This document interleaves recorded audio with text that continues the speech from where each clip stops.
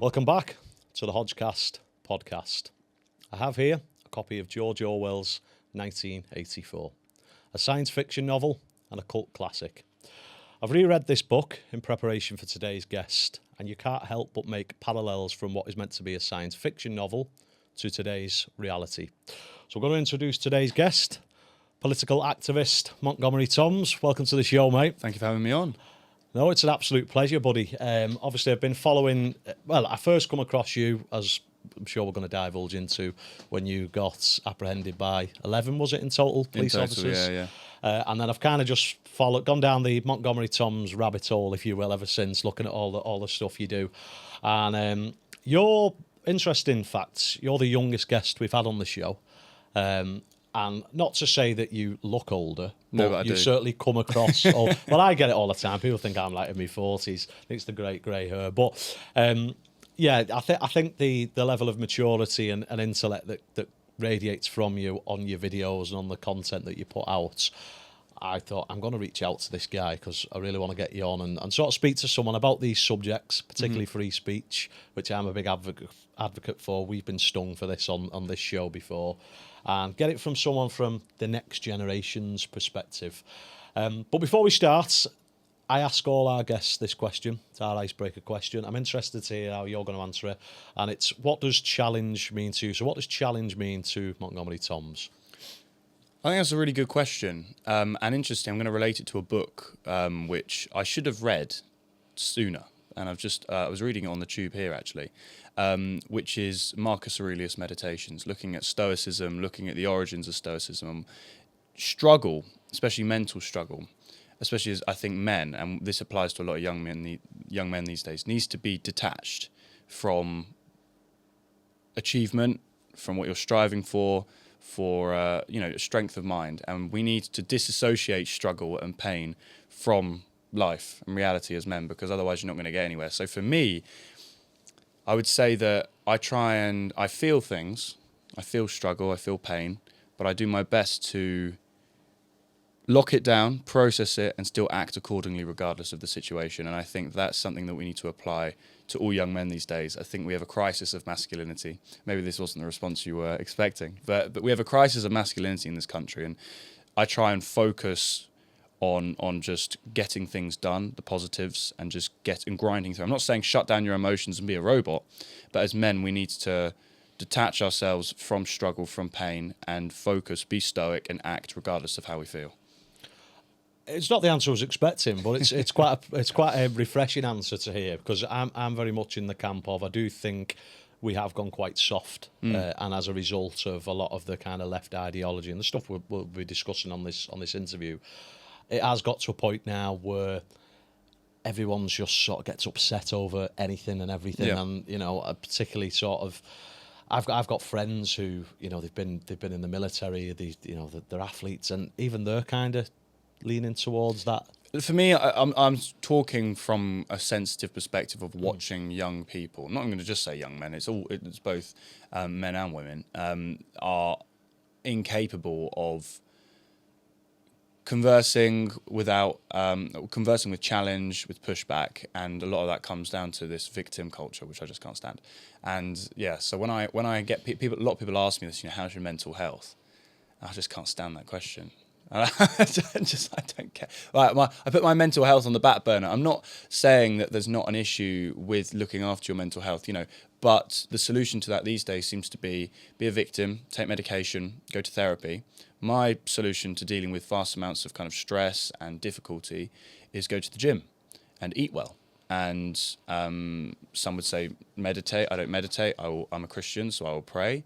I will talk to friends. I will make sure I mix with individuals who want the best for me, not the worst for me, and I keep my friendship circle very tight. And for me, that is a much more organic and healthy way to deal with struggle.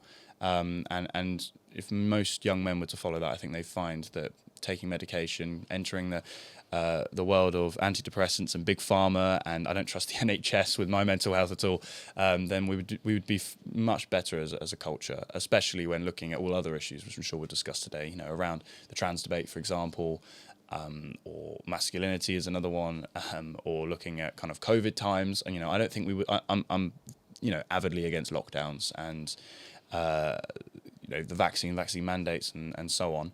And I think if we had strong men who were capable of pushing back and being strong and resilient, then we would never have locked down. So for me, it's it's actually something that you not touched a nerve, but touched on quite an important point. Yeah. Well, you're preaching to the choir on that one, because a lot of the stuff that you just listed there, it's quite simplistic things that anyone can execute. Like you just mentioned, going to the gym or exercising, and that can be something as simple as going for a walk. Doesn't mean you have to go sign up to a marathon or do anything extreme, and then obviously socialising with people. You become a product of your environment. So these are things that, even though seem, when you hear them out loud, that they're quite simplistic, people just aren't executing, they're not putting into place. And people potentially will get upset or offended by what I've just said, and they'll instantly, a lot of people have this misconception about me that I come from this ultra privileged background where I wouldn't understand what it is to do something difficult. Yeah, no, I grew up with two amazing parents, so I'm totally grateful for that. And I never went hungry, never had loads of money. I wasn't multi-millionaire by any mile, but I grew up with a very standard British upbringing. But the choices that I've made in the past kind of 4 years have pushed me down a direction of real mental challenge. And those who that criticise the fact that I'm quite, in a very kind of brash way, will just say, nope, not interested in antidepressants, not interested in hearing about your victim culture. People get angry at me because they think I'm being disrespectful because I don't know what it is to go through struggle. But no, I just don't expose that. I just keep going, get the job done. So yeah. And that used to be the case. People who were going through the struggle did speak about it. Now, I'm not saying that you shouldn't speak about it, but that doesn't mean that's been eliminated completely because of this victim culture. People can still take on the burdens and, as you've just quite rightly pointed out, handle them in their own way. So, no, I completely subscribe to that. Monty, can I call you that? Yeah. So, you mentioned there with regards to your upbringing, so I kind of want to lay the foundations of how you became to do what you're doing now, I guess. I know you've done other podcasts where you've spoken with regards to university, but just give us a little bit of an insight of where you woke up, should we say? Yeah, of course. Yeah. And so lockdown struck when I was 14. So I'm 20 now, and that's a bit bizarre. I had my 15th birthday during lockdown. So I really, what woke me up was lockdown, right? I come from a traditional left-leaning family. My granddad is an absolute Labour advocate and says it's in my blood to vote Labour. I would just like to say that's not the case. Sorry, Granddad. And my dad and my mum both come from kind of typical London working class backgrounds. My granddad was a window cleaner. My grandma worked in a laundrette. Standard working class backgrounds. Grew up around, defending working class culture, Labour supporters. And that kind of drip fed into my upbringing. I still had, when Brexit came around, we were avid Remainers. We were even Green Party supporters in my family at one point. And then lockdown hit, and suddenly we became far-right conspiracy theorists, fascists, according to the mainstream media, because we basically believed in one fundamental thing, which is called freedom. And for me, there wasn't even a conversation really in the family. We just decided, do you know what? This is just nonsense. We're not going to do it. We're not going to subscribe to your mandates. We're not going to subscribe to your completely bogus science. Because I will say, my parents are both very well educated. They were the first people in their family to say, do you know what? We're going to break out of the culture of being a window cleaner. Not there's anything wrong with that, but we want to go and be the first people in our family to get a university education. So my dad has a master's degree in philosophy, and my mum a master's degree in psychology. So having those two influences coupled with the traditional, it's kind of an odd contradiction of lefty politics and then well-educated parents, kind of moulded me into this very rebellious, freedom-orientated individual who, when lockdown came along, again, just completely rejected it. And then I felt that the more and more lockdown went on, looking at the mask mandate specifically for young children, but in general, I mean, I'm against masks full stop, but when looking at young kids and how it affected them, I was disgusted by it, especially when I went back into school and I saw all of these hard kids, right, walking around with their masks halfway down their chin, pulling on them like, guys, this is just a joke. And I would push back against it quite vocally and say I'm just refusing to do it. And obviously, back then, there's this a lot of people now are talking about free speech, which of course is great. But you ask people, well, when did the attacks on free speech really begin? And they'll start talking about, the trans debates, or they'll talk about or Israel and Palestine as recent as that. And I'm like, no, back in 2020, to discuss topics about don't want to do lockdown, don't want to do the COVID vaccine or the mandates, they were shut down and we were beyond like cancelled and struck off. I mean, we were suffocated, right? So, and that was both online and in education or in the workplace, just in society. And through that, I faced mass amounts of isolation, attacks from my peers, teachers as well, and found, just linking back to your introduction around George Orwell 1984,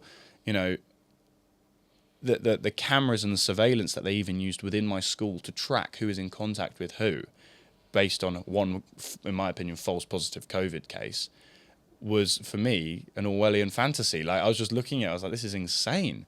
And then past that point, it just spiraled. So I started coming into London because I grew up outside of a place called Peterborough.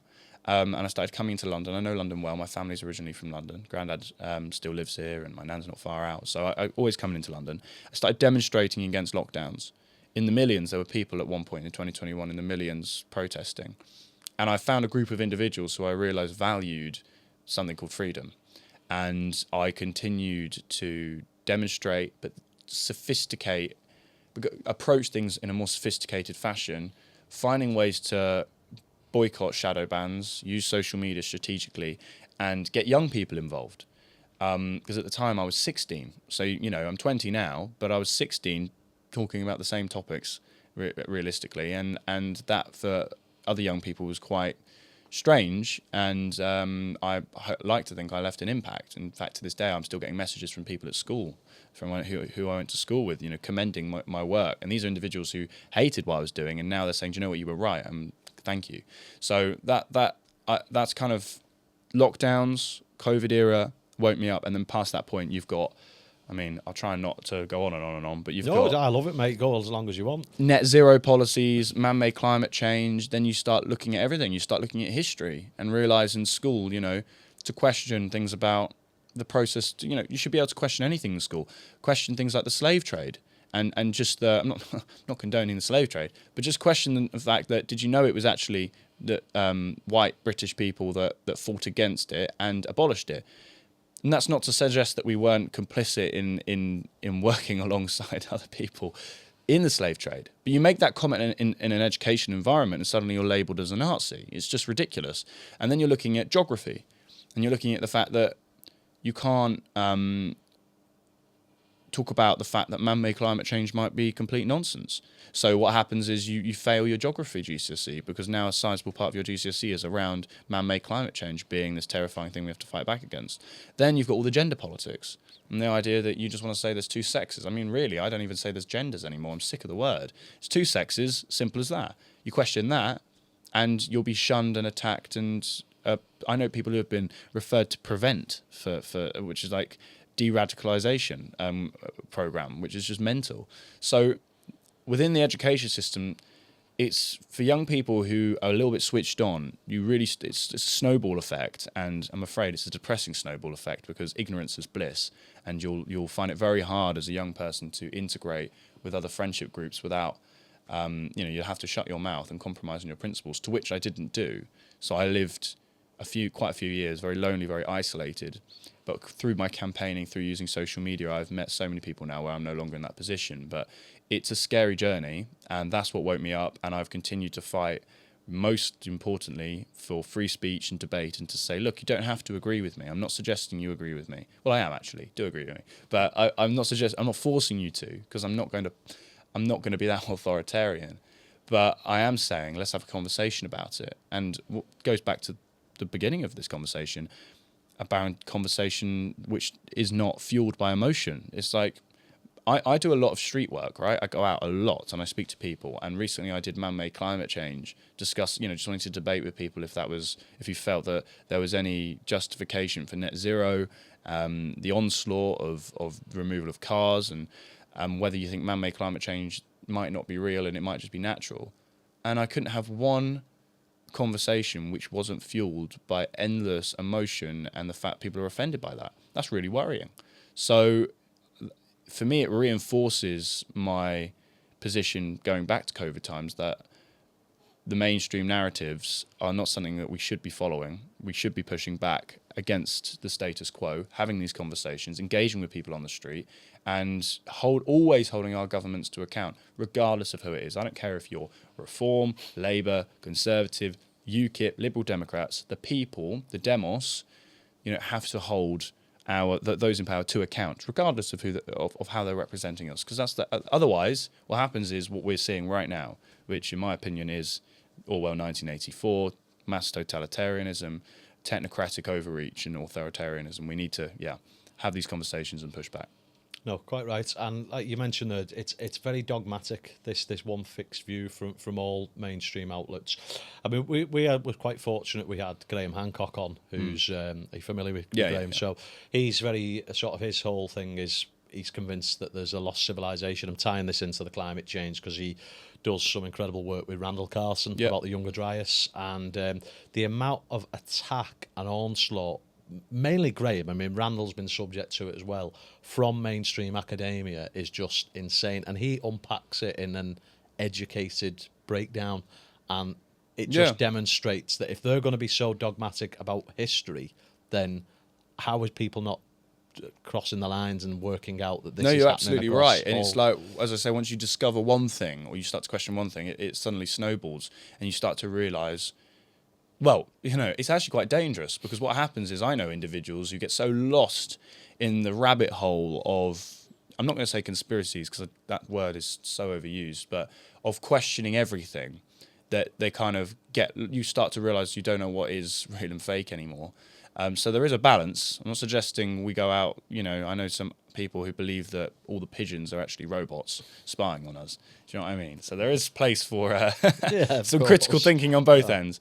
But it's vital that we still question, and I love Graham Hancock's work. I find it fascinating. I'm no expert, but I do think that, especially around kind of the pyramids, there is I don't believe the pyramids were constructed by a bunch of slaves. Well, obviously, I don't want to go down that rabbit hole with you today, but no, I completely agree. I was just referencing Graham because he's such an intelligent man, and everything he's dedicated his whole life to it, and again, he's been labelled racist, white supremacist. It's insane, isn't it? For what? Yeah. For highlighting potential altercations in history. And he's just one example of. Oh yeah, but I've many. Well, we had who was the Sydney Sweeney thing that's come out recently with the jeans, and she's now a neo-Nazi. I know, and it's just it's insane. It's insane. It's laughable, but you laugh kind of like with bated breath because it's a bit.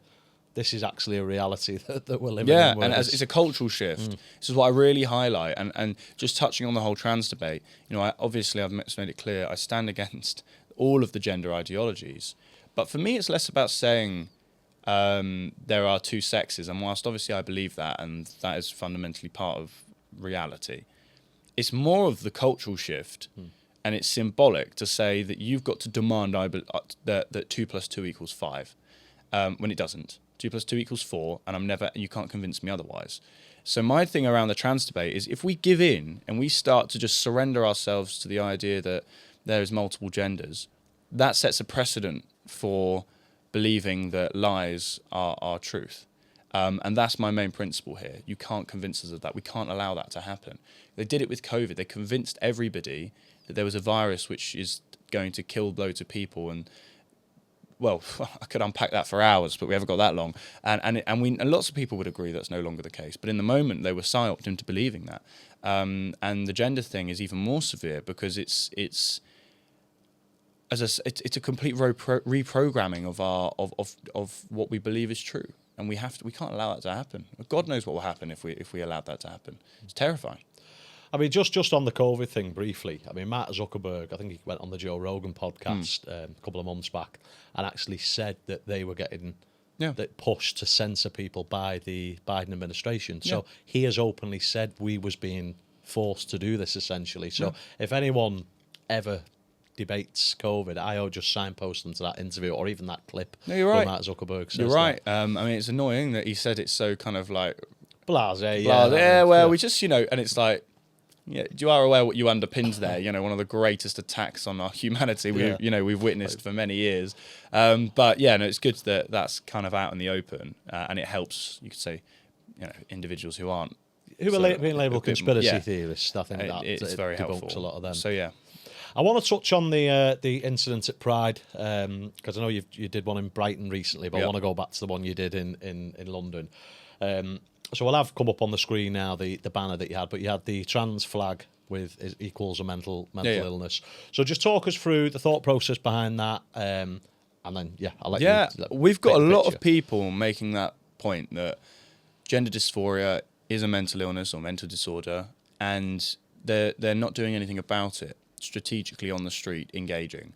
And I like social media in the sense that it's very helpful. I also think it's horrific in many ways, and a lot of people would agree with that.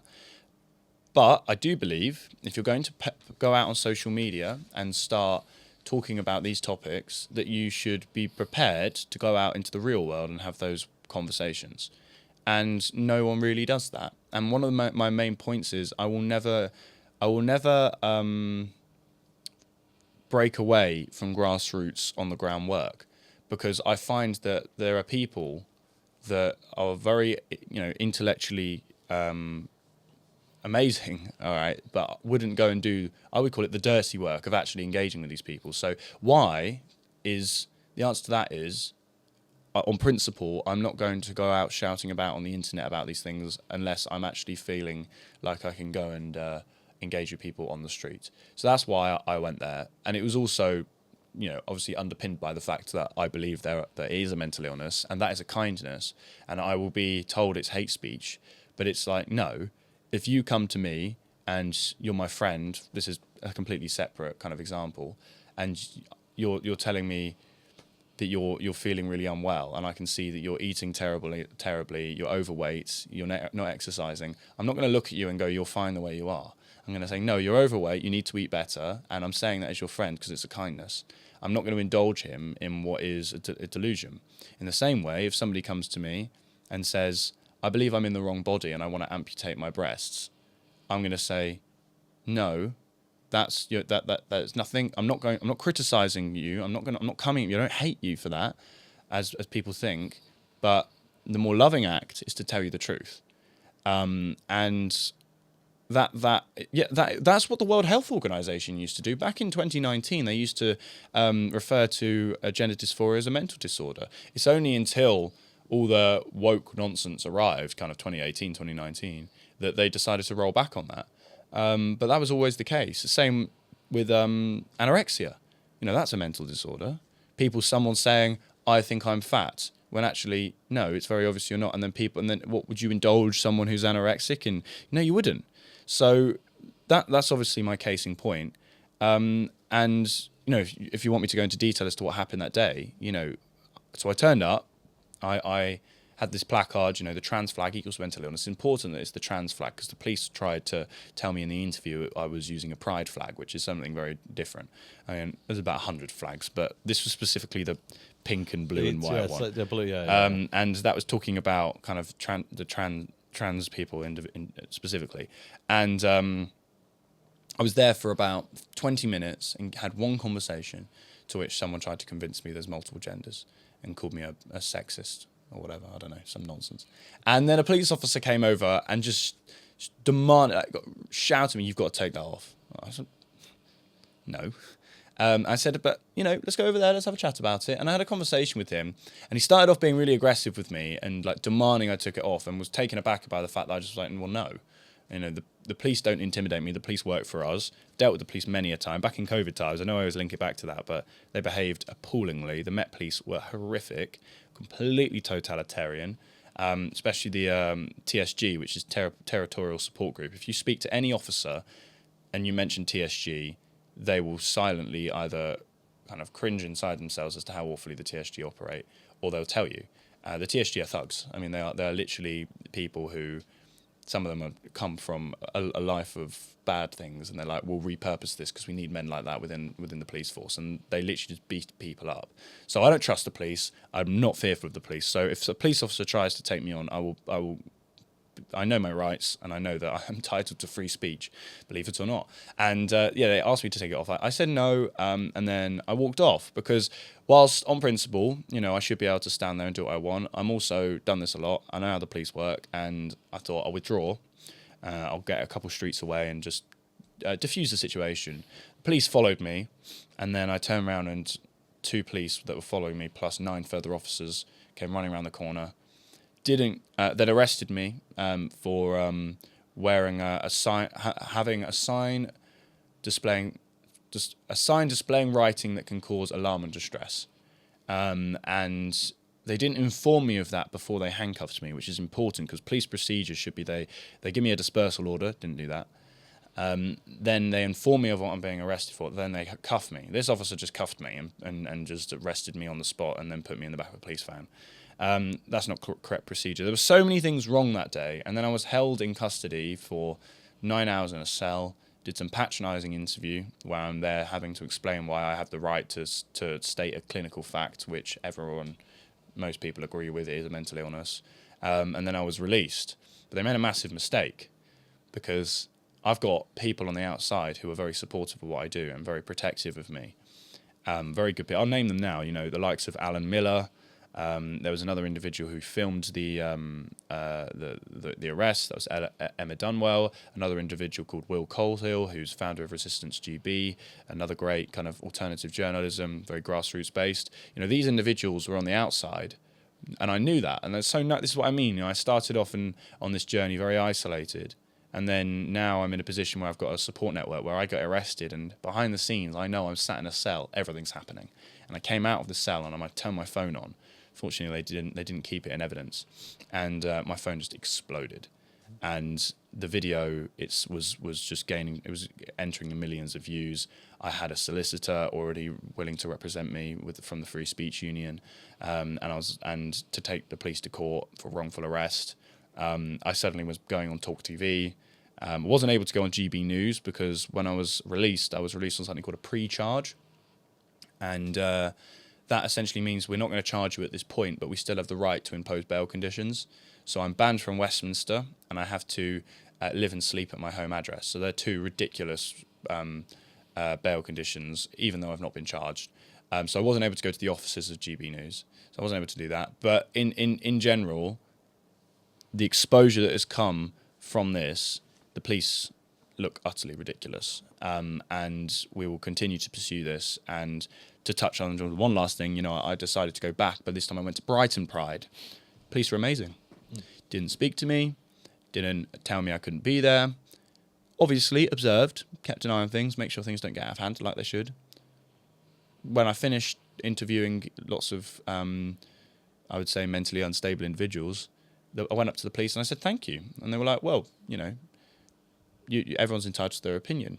And I said, yeah, you'd think so, wouldn't you? But the police in London don't operate like that.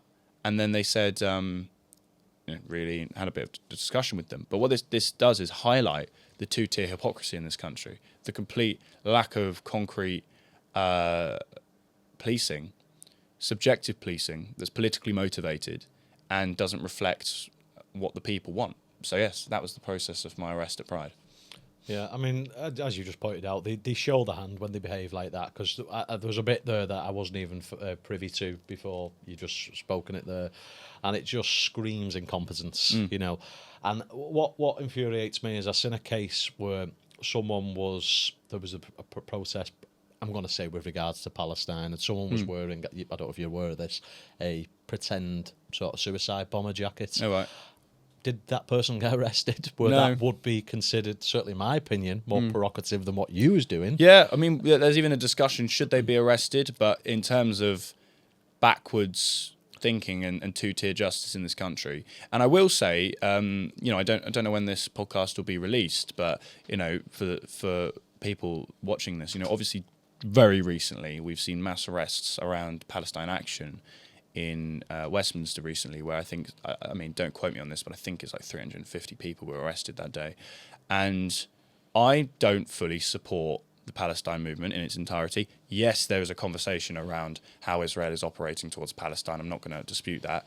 But I don't believe in I'm pro-Palestine, I'm pro-Israel. I think there's a discussion, a nuanced discussion around both sides. So I'm not siding with either. I think that's a much better approach, and that's a lot less divisive. However, in saying that, labelling Palestine Action as a terrorist organisation based on a few individuals who, behaved ridiculously and did terrible things, breaking into RAF bases, etc., labeling them as a terrorist organization dilutes the definition of a terrorist, because now you've got a 90-year-old woman being arrested for being in support of Palestine. And what I really want to highlight is something I'm getting very frustrated and angry with, is this mentality of freedom for me, but not for thee. I believe in free speech, but not for that person. And now we're obviously seeing a bit of a shift in the UK of individuals moving in the direction of maybe traditionally right-wing politics, whatever you want to call it. I would just call it reality. But, but they're very happy to turn around and say, oh, yeah, it's great that 300 odd people were arrested for having an opinion. And I'm like, no, it's not great. I don't necessarily agree with them. And no, I don't agree that Palestine action, the individuals in that breaking into RAF bases is good. And yeah, I do think that is an act of terrorism. But they have the right to demonstrate peacefully in London.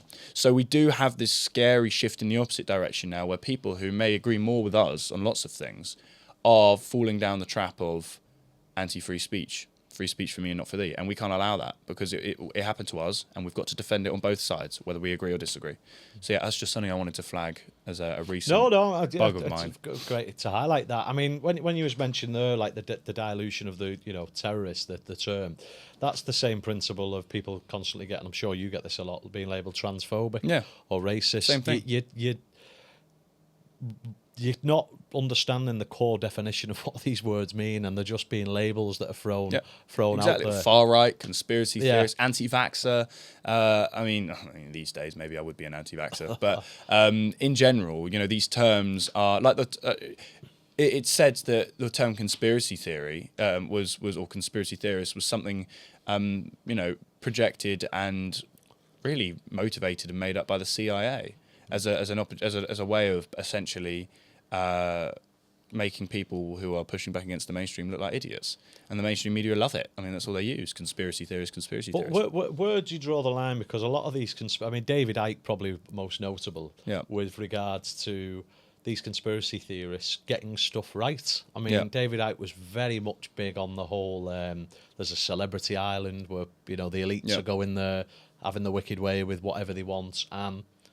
Fast forward a couple of years, the whole Epstein thing. Yeah, you're absolutely right. There is a line, but I always draw it at what's helpful. So let's have a chat with my mates at the pub about whether we think lizards run the David world. Icke probably an extreme example. No, but fine. Let's have the discussion. I don't believe it. I don't think lizards do run the world. I don't think, or whether there's maybe David Icke's more nuanced than that. I don't believe in the theory of reptiles and the royal family and things. I don't. However, let's have a chat at the pub. Fine. No, I've no issue with that. That's a little exciting thought exercise. Or let's talk about, I don't believe the Earth's flat. Let's have a chat about it. Why not? However, is it helpful? This is what I base my public kind of campaigns around. What is helpful here? Is it going to be helpful, me talking about the flat Earth? What am I going to gain from that? I mean, let's say I did believe it. I don't, but let's just say I did. I don't think it's a productive use of time, and I don't think it's going to get the public on side. And ultimately, I'm not interested in preaching to the choir and living in an echo chamber. I want to speak to individuals who disagree with me. And I know one guy, really good friend of mine, who was talking to somebody else who's also a good friend of mine about vaccine damages and vaccine harms, and potentially autism cases on the rise, from the MMR. And, I'm more in agreement with that. I think there is a large conversation to have that there. And he was doing a really good job detailing things that even I didn't understand. He was far more knowledgeable about it. And my friend, who I kind of wanted, who disagreed, I kind of want, especially around man-made climate change too. He's still a man-made climate change kind of advocate. And I was trying to convince him of the other side of the story. And then, so the friend who was talking to my friend who disagreed finished the conversation with, after spending an hour detailing things so brilliantly and winning over my friend, finished the statement with, and also, I do believe that lizards run the world. And after the conversation was over, because now my friend who disagrees with me was like, is this guy for real? And I'm like, perfect example, not a helpful thing. So I don't draw the line anywhere. Publicly though, in terms of getting the public on side, that's probably not the best strategy to go out shouting about, or every theory under the sun. Yeah, you've got to go what's on brand with your principles, haven't you?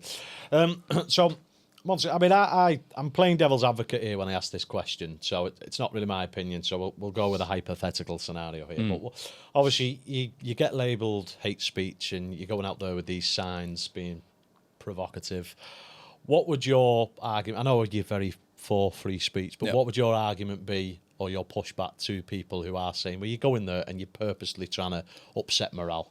Well, first of all, I'd say that there's this idea that we've had it easy. Straight white men and individuals who want to say there's only two sexes are... it's insane to me that the people within the trans movement genuinely believe that we get it all easy and that we are some terrifying far-right group which runs England. It's like, where have you been for the past, almost 10 years now? We've got people who are losing their jobs over this, falling out with friends, family. We're having our free speech curtailed. I've been forced out of university within 3 weeks for stating these facts. So I lost out on university education. I got into fights. I know people who have been referred to Prevent.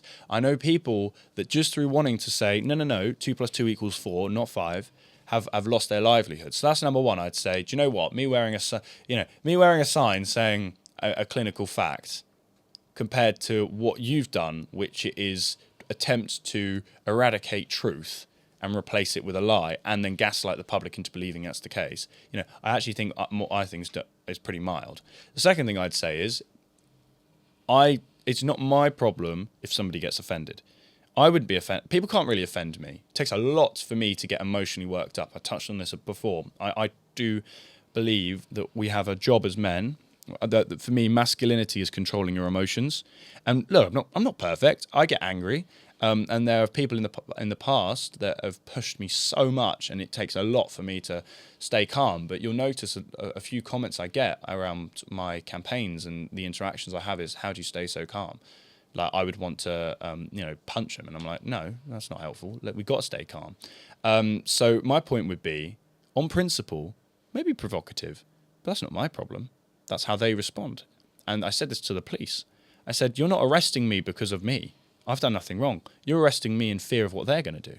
So doesn't that just tell you exactly the problem here? Emotionally volatile, I would say mentally ill individuals who can't handle a debate around what is just clinical fact. There are two sexes. There are XY and XX chromosomes. So it's twofold. It's a principled one of saying, no, on principle, I should be able to do it. But, that's a bit like saying, well, on principle, you should be able to be really abusive to someone in the street. It's not necessarily very nice, though. That was what someone would say to me. I'd say, no, we've gone too far now. This is a conversation we have to have.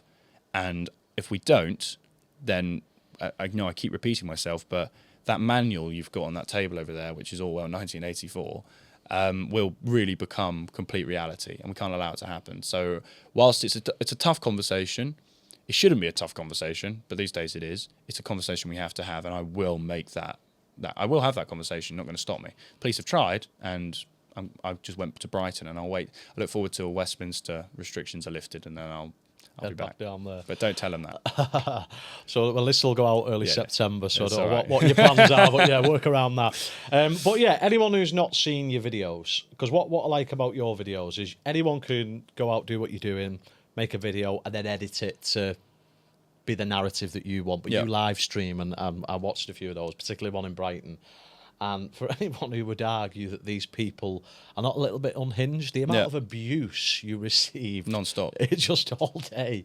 I mean, I'm laughing, but it was quite amusing. Am I okay to swear? Yeah. I mean, my favourite quote is I'm walking along, and this man, I think it was a man, who was dressed in these. I think you may know the clip I'm referring to. Some strange red dress. Look really kind of odd, but it's okay. Maybe they're totally normal. Looks at me and says, "Pride is about love. You need to f*** off." and I said, "But what you're doing is hateful. Pride is about love. You need to f*** off." And I'm there like, right. And then people just constantly walking past, calling me a wanker, not to go out on the expletives there, but the amount of dislike and hatred that it's inclusivity, but me or individuals that agree with me, and you're right. I did live stream it, And obviously editing is always a tool on both sides. But yeah, live stream's always helpful because it's just, I've got people just, you watched it, it was just mental, utterly mental. And having watched the live stream, you edit it fairly, or your team edit it fairly, because there was a conversation where a guy was willing to have the debate with you, which I thought was great, and he actually, as much as I disagree with what he was saying, fought his corner quite amicably. Yeah. But then when you're just getting told to F off and see you next Tuesday and all that, and also some of the outfits that these people are wearing, one could argue that that's offensive, especially when it's the skimpy outfits. And when there's children. Exactly, walking around. If you ask me. There was a play park next to the big Pride event. There was a play park, and I just was like, there are kids just playing on the swings, observing what they now deeming as normality. I mean, Brighton's a wild place. I've not been there since actually a protest in 2021, and I went going there for Pride. The whole place gets taken over. Yeah. It's unbelievable. And those children that you reference over the park, when they're being this whole ideology is being pushed on them in school, and then they're seeing that, the kids of the age of 8 still believe in Father Christmas, and now they're being told, oh, you might be born in the wrong body, the wrong gender. Yep. I wasn't aware until I started podcasting, so like 3 years ago. I wasn't aware at what level this was being pushed on kids in school, and obviously we've had various guests on to talk about this, but I'm keeping the editor in the job here with the censorship, but I think it's disgusting. Yeah. It really is. And for me, even though I'm not a parent, children are obviously the future. Everyone goes on about, the UK, the future, what's it going to be like for the next generation.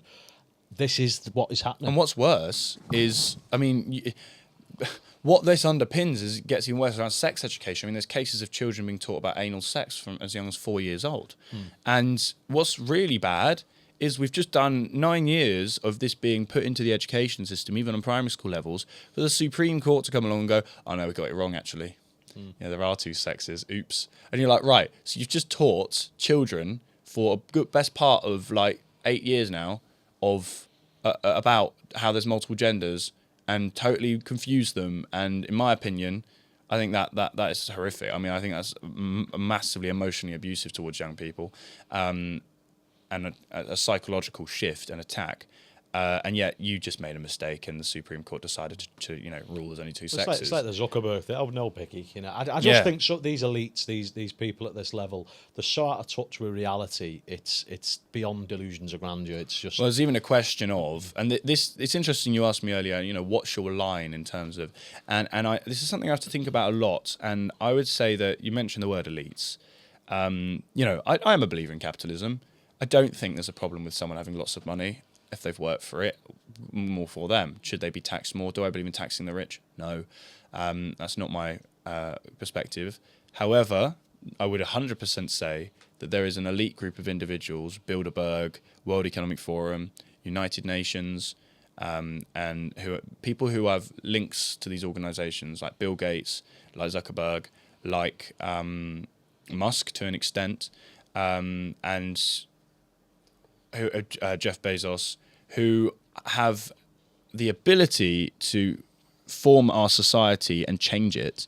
And the World Economic Forum, I don't know how familiar you are with the World Economic Forum, but they're very, very minimalistic. But I mean, essentially, they're on the surface they're just a lobbyist group who are a pressure group, you could say, where all the world leaders once a year meet in Davos and discuss a better, brighter future, population reduction, digital IDs, vaccines, microchipping, owning nothing and being happy. Essentially, this idea that you don't need to own a property, you can rent it and the state will provide everything for you.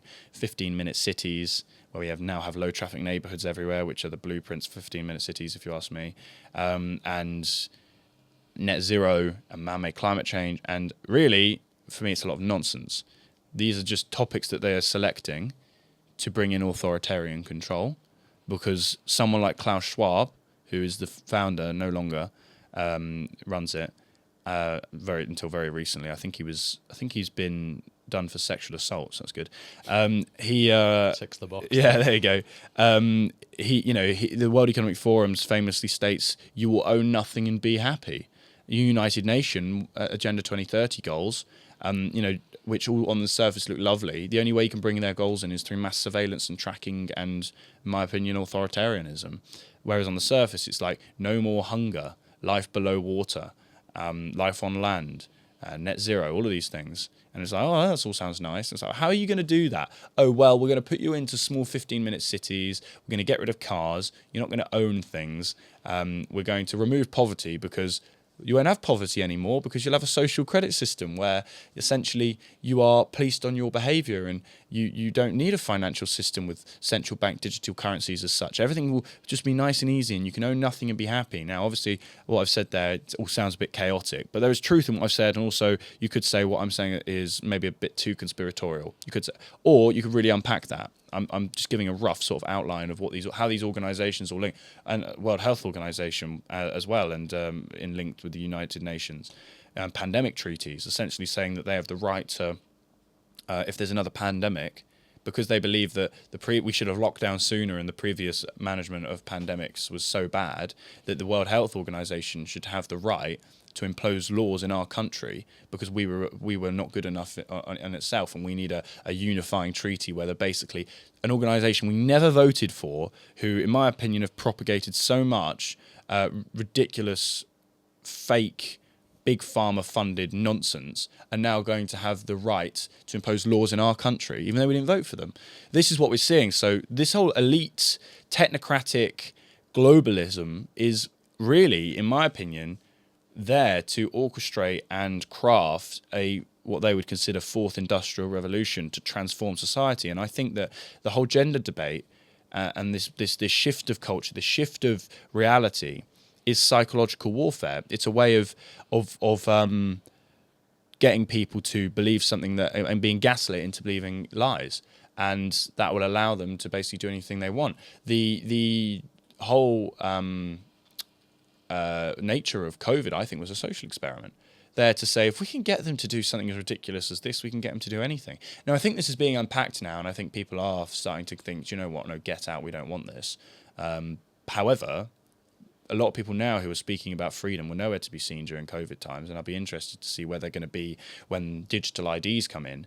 So I'm going off on a bit of a spiel, but I'll wrap it up that essentially my final comments, the next thing is digital IDs and the Brit card, which is the idea that, we all have a mandated digital ID with all of our information on it, health records, bank history, that can be linked to a social credit system with a social credit score. It's not said that, but here's the potential for that, where we're tracked, surveilled and monitored. But don't worry, we'll bring this in and it will get rid of mass migration, illegal migration. And then I'm really worried, that all these individuals who are really angry, quite rightfully, about illegal migration and the hotel situation are suddenly going to go, oh yeah, we'll just have a digital ID, and then enter mass digital enslavement in our country. So there's so many things, terrifying things, which are propagated from elites.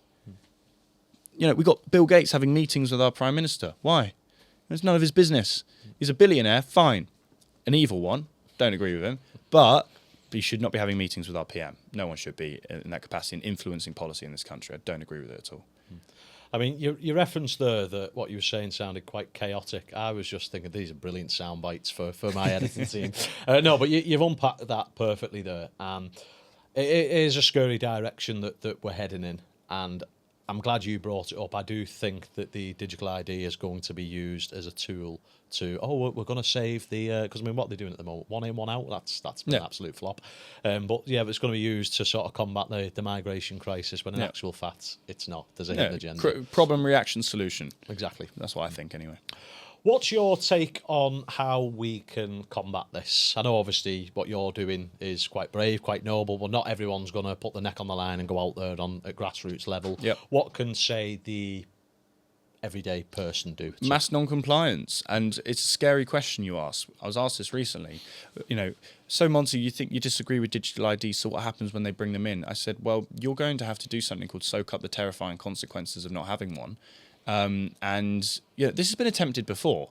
Tony Blair, who I've not even mentioned, I can't believe I've not mentioned good old Tony Blair, is still influencing politics in this country. He tried to bring in a national identity card, I think coming up 15 years ago now. And it came in for a little bit, I think, and then it was stopped. And that were people back then demonstrating against it, saying no. And there were people who refused to have it, and they thought there were organisations set up to essentially like fund court cases and solicitors. We may be in that situation, or more worryingly, I won't have a digital ID. That means I won't be able to rent a flat. That means I won't be able to buy a house, get a mortgage. That means I won't be able to get car insurance. That means I won't be able to enter venues. That means I won't be able to have a passport. That means I won't be able to go on holiday. That means that I'm living illegally. To which, who knows what the consequences of that is? Could be a fine, could be arrests, could be imprisonment. And people need to... This is why I'm really worried about the digital ID thing, because a lot of people talk and talk and talk. We don't want this, we don't want this. But when it comes down to it, like we saw in COVID times, people put that mask on, people took that vaccine, and people complied to mass governmental overreach and authoritarianism. I'm really scared that the same thing's going to happen. Well, So I have a confession. I did take the vaccine. I bought into that scaremonger. Yeah. Only one, and then I kind of started to see the pattern. My reason for doing it, sorry to interject. No, it's okay, it's fine. My reason for doing it is I travel a lot. Yep. So I sort of complied on the notion of travelling, and after 2 weeks of doing it, I absolutely regretted that, and I was very much in the camp of... Did you feel, uncomfortable about the fact that essentially you were coerced into... I didn't want to do it. Yeah. It was just a case of we sort of didn't know how long these restrictions were going to eat. When we was going to go back to some level of normality. I had certain projects lined up in other countries that I needed to attend to. Benefit of hindsight, it's a powerful thing, is I wouldn't have done that. But obviously I can easily say that knowing that restrictions Well, you'd be eased. pleased to know if you just took one vaccine, that's very different to taking two. It's the second one that causes the majority of damage, so you should be absolutely fine. Should be okay. Okay, brilliant. I interrupted you there. No, Monty, not apologies. at all. No, not at all. And I just want to point out, those who took the vaccine, I'm very much against this puritanical, I'm above you because this term pure blood gets thrown around, and I find that borderline like what Hitler used to say, like an Aryan race. It's like, no, hang on a minute. What are you trying to say, that someone who did take the vaccine is dirty? Is that what you're saying? It's like, no, I don't believe that at all. And I know so many people who took the vaccine. Of course, majority of people did, and I don't feel that I'm above them in any sense. So I just want to make that really clear. There's no hierarchy, in my opinion, around pure bloods and all this nonsense.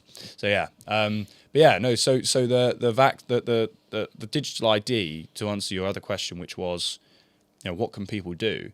There is no easy answer here. It's mass non-compliance, and if a digital ID comes forward, it's saying no, and if that means the consequences are severe, then, and you have children, then you need to protect your children's future as parents, for example, and by taking a digital ID and submitting to that, you are giving up your children's freedom and what your ancestors fought for, and what we defended our country against fascism. I mean, arguably, we had a lot of fascism in our country before Hitler came along with Oswald Mosley, but no one wants to talk about that. But anyway, that's another conversation. Academia, Dogmatic again, yeah.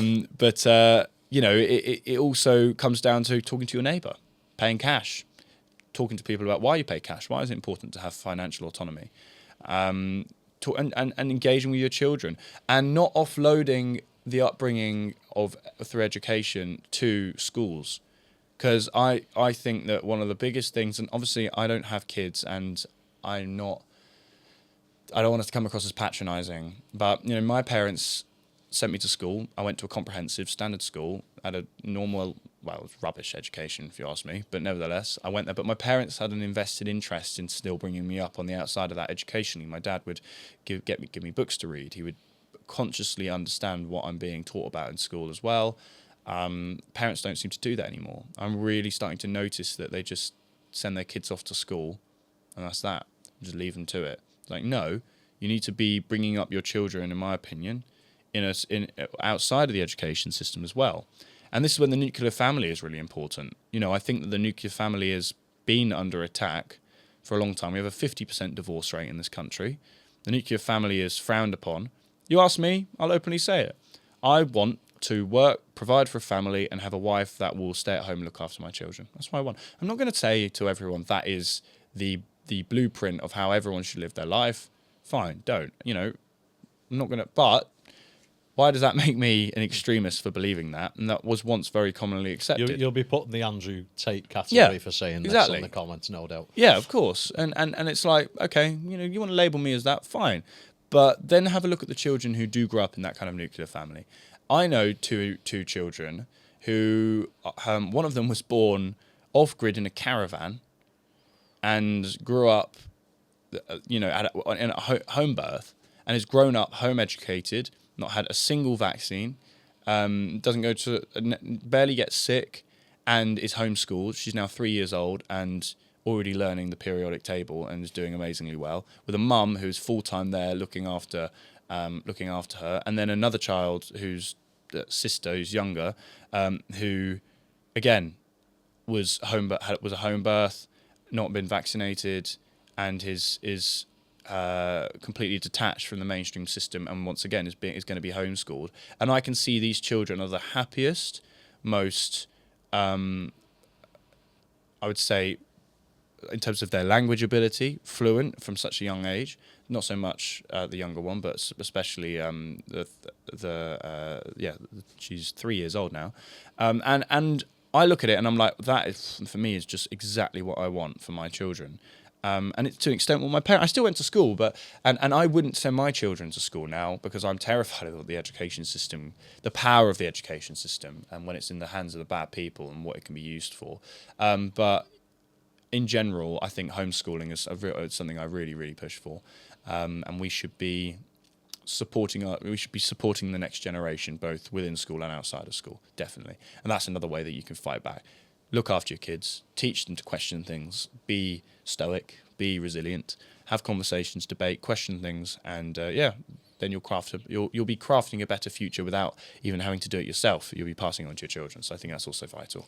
And that's the thing with the dogmatic approach with the education system is when you're young, your brain's sort of morphing and developing, and you want to ask questions, you want to query why something does this, or why the sky is blue, or whatever it may be. Mm-hmm.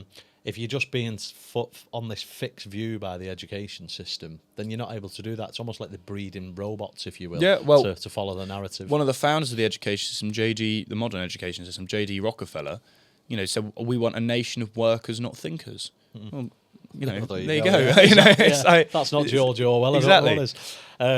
But yeah, I mean, I told this story in another podcast as well. But a friend of mine's got his kid homeschooled. When he come home from school, saying he thinks he might be queer. He's 7. Yeah. I don't even know why sexuality is even being discussed at that age. So yeah, I'm just interested to know. Obviously, you referenced Tony Blair, so I want to kind of get your take on.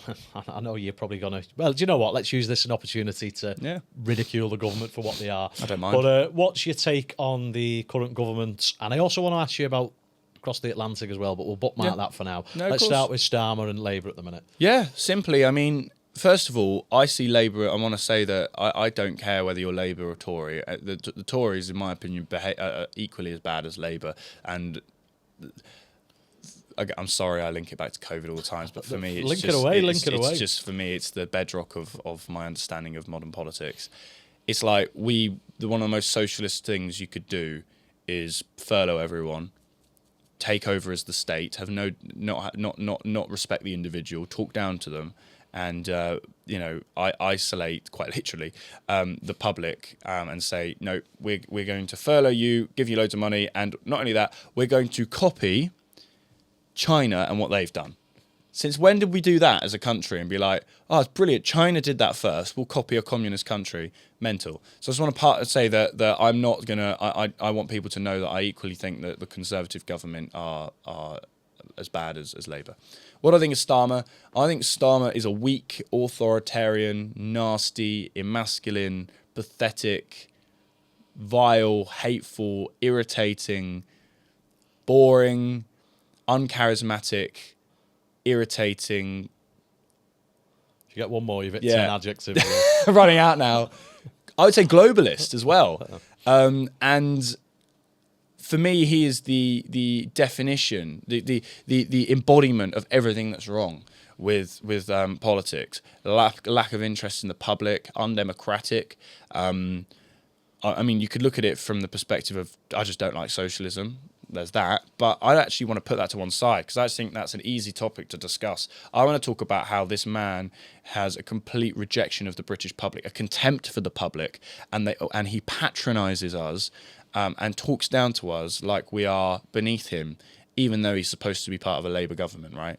And I think that he is the perfect mouthpiece for globalist organisations like the World Economic Forum, like the World Health Organization's United Nations. You know, he's famously said, you have to choose between Davos or Westminster, Davos being the World Economic Forum. And he said Davos. So we've got a prime minister who would rather put his energy and commitment into an organisation that we didn't vote for in another country than Westminster, which was the bedrock and life of democracy in this country. And this is coming from someone who's banned from there as yeah, well. Yeah. So that's what we're dealing with. So I can't stand that man, and I don't know. You know, if you had to ask me, you know, who's the worst, I'd say I can't believe I would say that Starmer's worse than Johnson. I mean, I can't stand Boris Johnson. I think he's one of the, again, I'm not going to list off all my adjectives, but he's horrific. But I'd say Starmer manages somehow to top them all. He's starting to look more and more like a puppet as well, I find. Yeah. On his, No, I mean, of course. Obviously, we'll go back to Trump in a moment, but I want to get your take on, because a couple of months ago, so we're currently in August filming this, but a couple of months ago, everyone was kind of on the reform bandwagon, you know, champion Nigel Farage. Yep. I feel as though that's dipped a little bit because some of the comments that he's put out there. What's your take on the whole reform? Is it just a bit of a one-hit wonder, climbing the ladder, so to speak, and then they're just going to be another blip in the pan? Or No, so first of all, I don't know what they did to Rupert Lowe. I really like Rupert Lowe. I don't know how familiar you are with what he does and says. I've tried to get him on many a times, Yeah, but yeah. I think Rupert is the best MP we've got. Before that, I would say Andrew Bridgen, who was kicked out of the Conservative Party for discussing excess deaths around the COVID vaccine. For me, he's one of the greatest MPs of our time.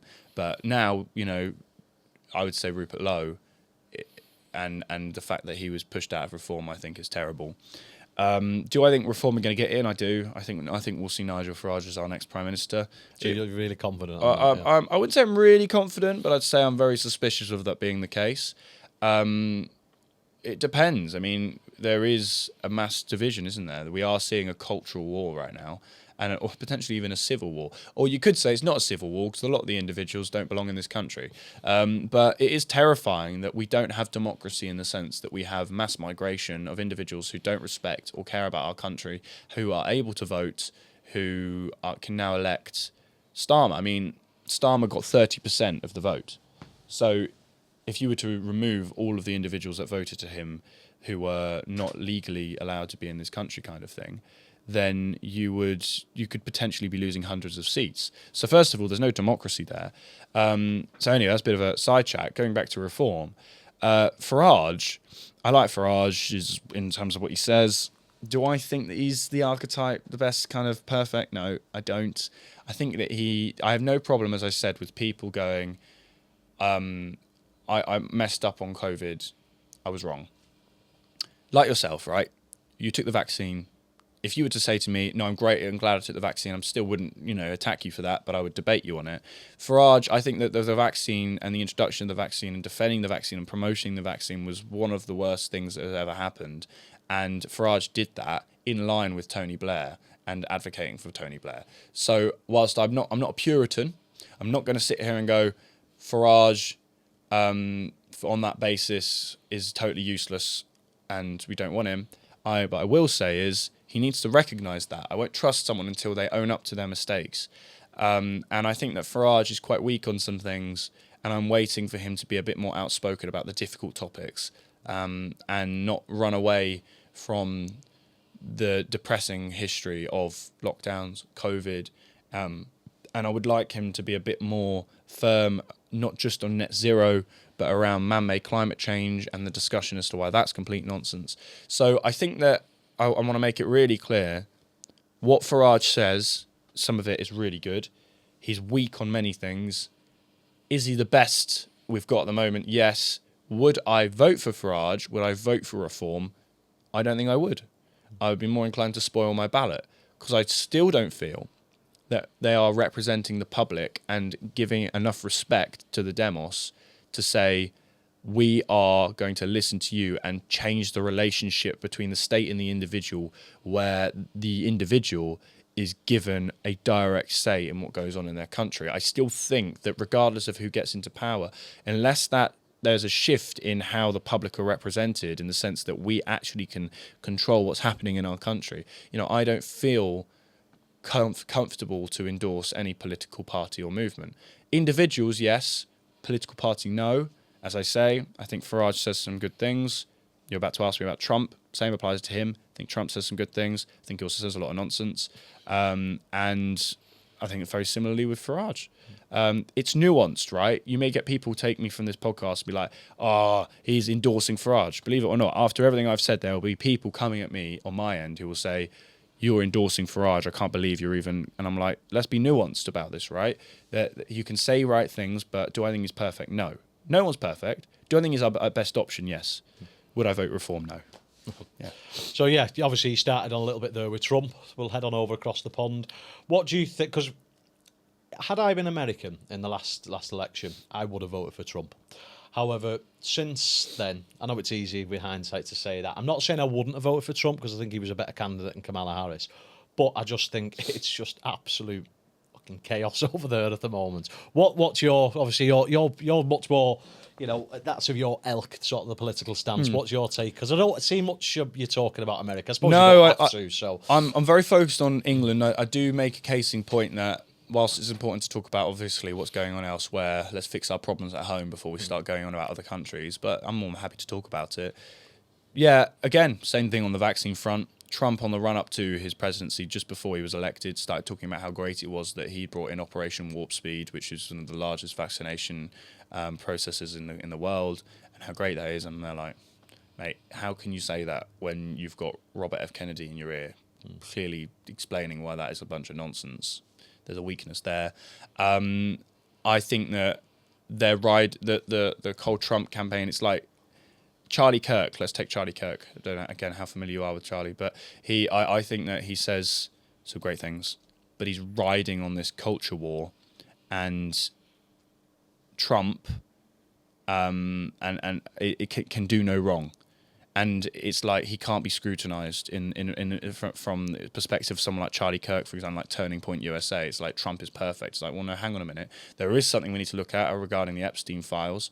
Why the comments that Trump made is like, well, I don't know why people are interested in this. I'm like, it's real. Like, why is that complicated? Obviously, we're interested in this. If you're involved, then that really, really sabotages our trust in you as an individual.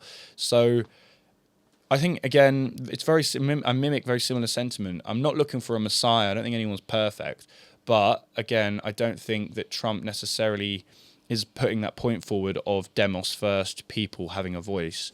And those that want to criticize Trump, who are in our kind of like, you could say whatever you want to call it, right-wing sphere, suddenly get like, it's like shut down. It's like, again, it's that freedom of speech for me and not for thee. It's like, no, we should be able to scrutinise.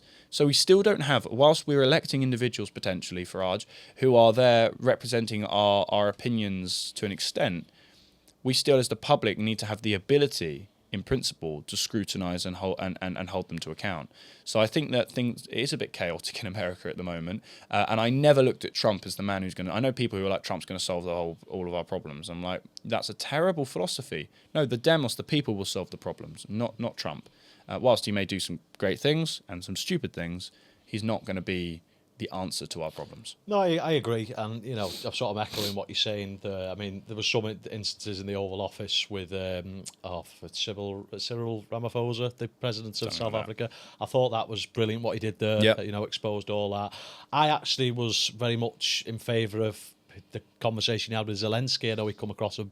People were saying he's a bully, him and JD Vance, but I think he exploited quite a few things. Look, if I'm honest, we need to shift the mentality. These tough conversations need to happen, and all the people are like, he was being really mean. It's like, come off it. It was just highlighting factual things. So there are some elements. I mean, one of my favourite ones, because just conscious of time now, there's a few other people I want to get your thoughts on, Yeah. is when he was over here recently in the UK.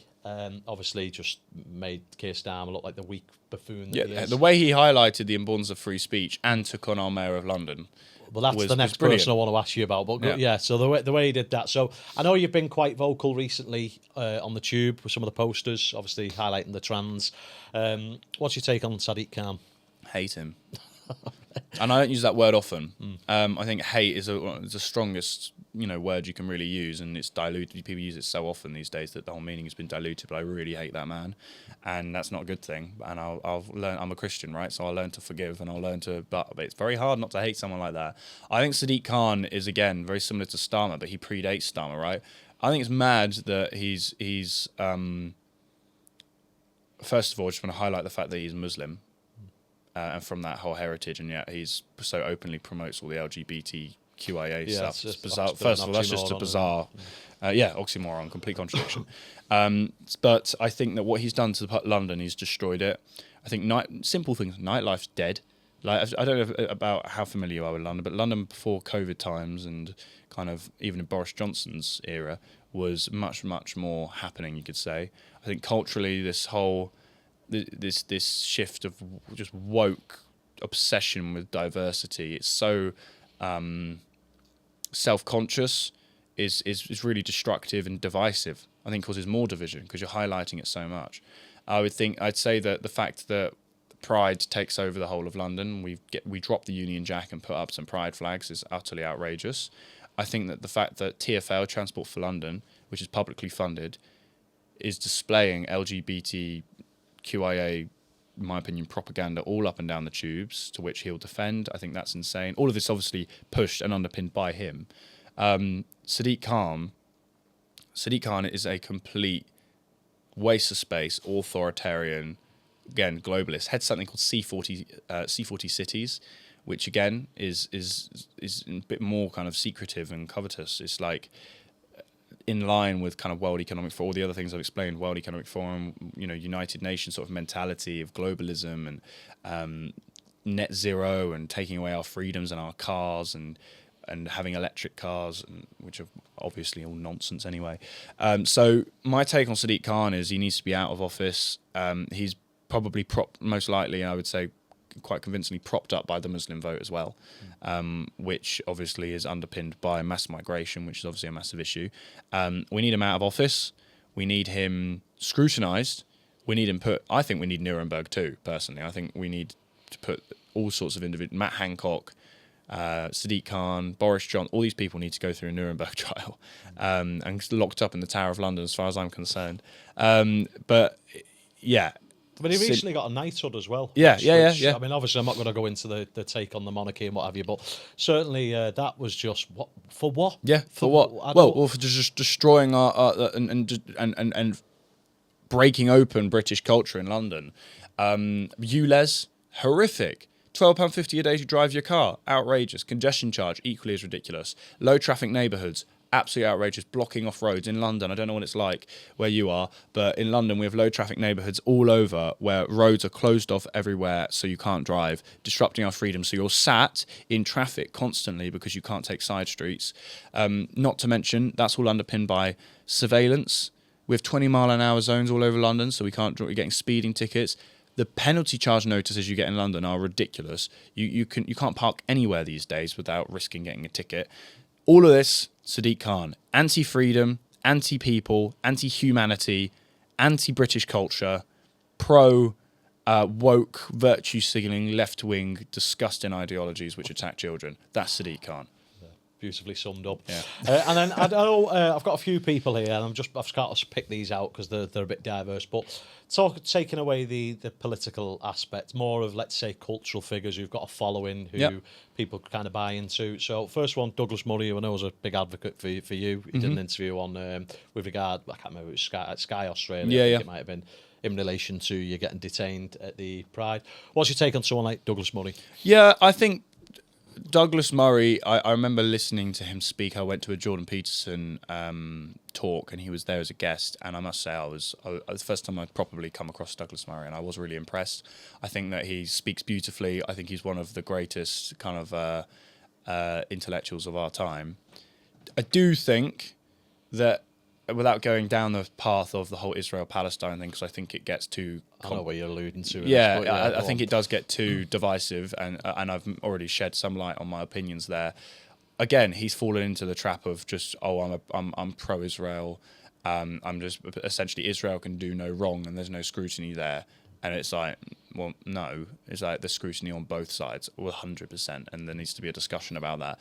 Why you can get lost in a conversation of somebody is behaving perfectly, and there's no conversation to be had there. And anyone who disagrees with you on that is potentially going down a path of anti-Semitic or pro-Hamas. I think is unnuanced and not helpful, and causes way more problems than it solves. And I think a lot of people have got lost down that. Even Peterson, who I absolutely love, I think has got lost down that. And Ben Shapiro, of course. So that kind of intellectual bubble of those individuals there, I think are amazing. Douglas Murray's great, but have got lost down a distraction. And where was Douglas Murray in lockdown?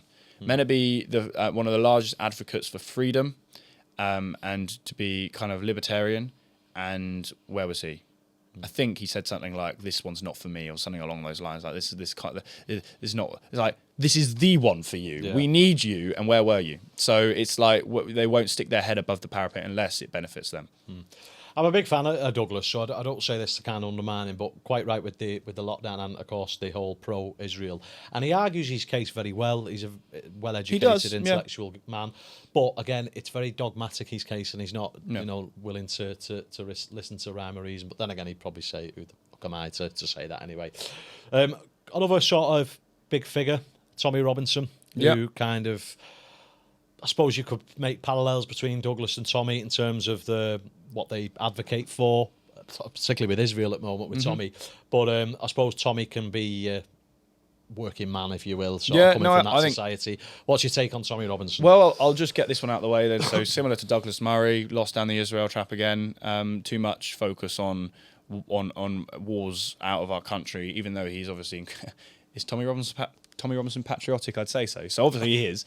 But again, it's like, don't get lost in the whole pro-Israel fascination and obsession. So that's my criticism. Also, another criticism, potentially unnuanced at times, and says things which come across, it's just like you could have worded that with a bit more delicacy. I think that's always been his downfall. Yeah, but also it's a downfall, but there's a reason he's popular. And there is obviously a demographic in this country which absolutely resonate with Tommy. And quite right too. And I actually have noticed, Tommy recently just did an interview with Trigonometry, which I've not finished it because it's, I think, double what they usually do. I've watched it. It's a long one. Yeah, it's like 2.5 hours or something. But he is starting to come across, I think, quite differently.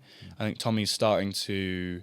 I don't want to sound patronising because, I'm 20 and obviously he's far more experienced than me, but I think Tommy's coming across as very much more kind of thought out and eloquent and careful, and that's great to see. And I think Tommy, I love a lot of what Tommy says, and I think that he's very grassroots focused as well. Don't agree with everything. I think he is, as I say, unnuanced and prioritises the wrong arguments at times, but he's done much more good than bad. That's what I'd say.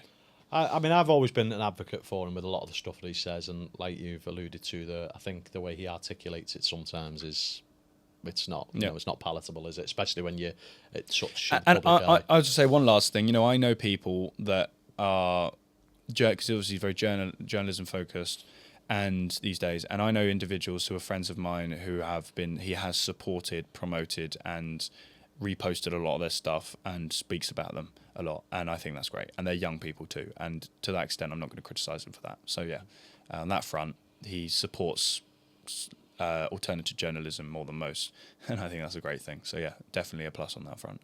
No, definitely. I'm going to sort of put a bit of a conspiracy theorist to him, but why not? It's on brand. You referenced there with regards to Douglas and Tommy, I suppose Katie Hopkins can be thrown in the mix for this. I'm seeing lots of talks that the Mossad are perhaps influencing why these people are supporting Israel as much as they are. I've looked into this, and I don't know how much evidence there is for that. I don't buy it, just for the record. Yeah, I mean, I know people who absolutely love Douglas, love Tommy, and outrightly denounce them now because they do actually believe that they're being funded by Israel. I'm going to answer, I don't know. I've tried to do research into it. I've heard people who, it's one of those things that I can't do everything, right? I can't know everything. People who I trust as being very credible friends of mine have told me that they are, that Tommy is, for example, I don't know about Douglas Murray as much, but Tommy takes money from Israel, to which because I trust my friends, I'm like, okay, well, maybe there's some truth in that. However, I have to do my own research. So I don't know if that is the case. Utterly disappointing, weak, and pathetic, really. I'm sorry. That is a weakness in your morals, principles, and philosophies. And if that comes out as being matter of fact, and I think if it was to come out as matter of fact, I would know about it, which tells me that it's not totally concrete. That I would be, well, it'd be huge. I mean, it's a complete lack of trust, and you are not principled enough to lead in any capacity. If you ask me, if you're going to start taking money to promote one side of a war, I don't think that's right. I absolutely don't. And again,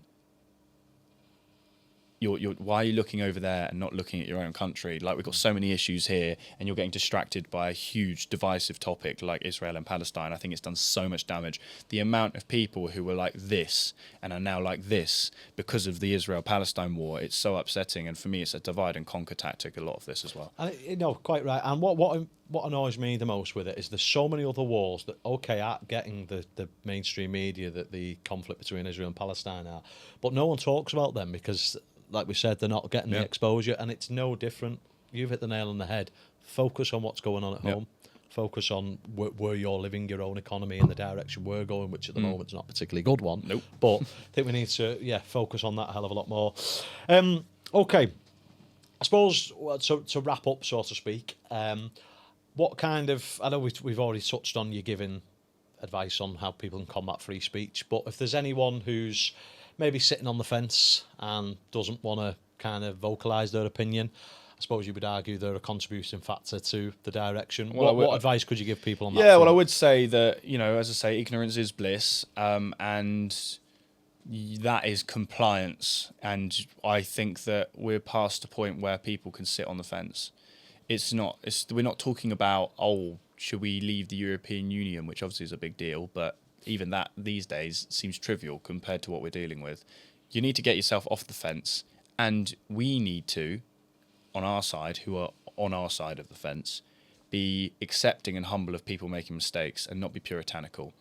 And it's a culture now of I'm above you because I'm unvaccinated or you're vaccinated, or I believe this for 5 years, you believe this for 4 years, I've known this long. I think it's this terrible mentality, and we need to stop that, because individuals who are scared to come off the fence because they're scared of making a mistake and saying the wrong thing. I bet I'm going to watch this podcast in 6 months or whatever time, and I'm going to go, I said that wrong. I changed my mind on that.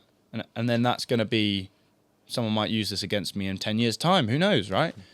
That's a terrible culture. So I would say that we need to stop doing that on our end, talking down to individuals who want to stick their head above the parapet, because what we need to do is have conversation and debate. As I say, I reiterate, it's not about me saying I'm right and you're wrong. It's about saying, let's have a conversation and let's just kind of bash these ideas out. So I would say to people that are on the fence, come off the fence, and if you're wrong, good, you'll learn. Like, what you believe in, it's fine. I would say, yeah, I'm right. But I think I'd rather have a generation of young minds who are willing to say, specifically talking about young people, I'd rather have a generation of young people say a load of things I disagree with than have no interest in a conversation at all, because that's how we evolve as a country. That's the best thing. Monty, I know it'd be a cop-out for me to say I love what you do, but I genuinely do love what you do. Thank you. And I actually think, give it a couple of years, and I asked you about Tommy Robinson, Douglas Murray, I think you're going to be one of those figures that people ask, what do you think about Montgomery Toms? Well, I appreciate that. And I genuinely do, mate, because I'm talking to you, and I keep having to remind myself that you're 20 years of age. I know age doesn't necessarily mean anything, but you talk like as if you've got such huge life experience. You come across far more intellectual than I do. I appreciate and I'm the that. host. So I appreciate that. It's been 4 years of me pretty focused on this. So by this point, I'm no, I've aged through it as well. No, you still look about 19. I appreciate that. It's no, I genuinely, mate. I anticipate big things for you, mate. And hopefully, if this this can help. podcast has been great. I think you've got a great space here as well. And I've seen the content you've been putting out. And likewise, I think you're going to do really well. And yeah, I'll, of course, promote, support. And I look forward to this coming out. Top man. Well, I appreciate you Thank coming you. on. Thanks for having me on. It's been an absolute pleasure. I've been Daniel Hodges. This has, of course, been Montgomery Toms. And you've been listening to the Hodge-Cast. Take it easy. Thanks for listening. We hope you enjoyed this episode. And we believe you can definitely take something away from today's guest. We couldn't attract guests such as this without a solid fan base. The best way we can grow this is through subscriptions. So, if you haven't already done so, can I please ask you hit that subscribe button and help us continue to put out content for you all to enjoy. Until next time.